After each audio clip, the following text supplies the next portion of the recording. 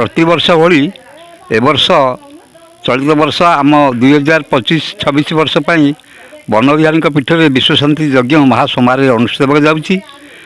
आज यज्ञ तृतीय दिवस ये उपलक्षे सकाळु सूर्य पूजा गोपूजा एवं आहुति प्रदान एवं यज्ञादि समस्त कर्म ये अंचल वरिष्ठ ब्राह्मण ब्राह्मण समाज जो मुख्य आम ये कुनी नना पौरोहित्य सब अनुष्ठित होगा जाऊँगी।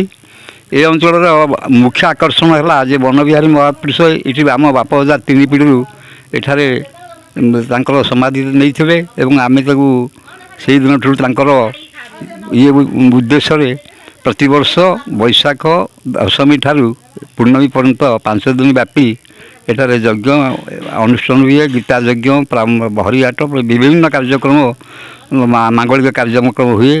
हजार हजार लोक एठार आसी उपस्थित रहती एवं शेष दिन पूर्णाहुति दिन प्राय लोक 3000 ऊपर ऊर्ध्व लोक ये खायाबार व्यवस्था होता है।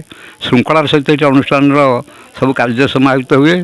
से अंचलवासी की मुझे धन्यवाद देकर मो ठाकुरंकर उद्देश्य मोर विनम्र निवेदन जनाऊँगी एवं मोर तांकर समस्त उत्सर्गीकृत ठाकुरंकर समस्त प्रेमी मानू एवं जो भक्त मानू समस्त आरोग्य कामना एवं मन जार मनोवांछा अच्छी ठाकुर पूर्ण कर समस्त धन्यवाद दूँ।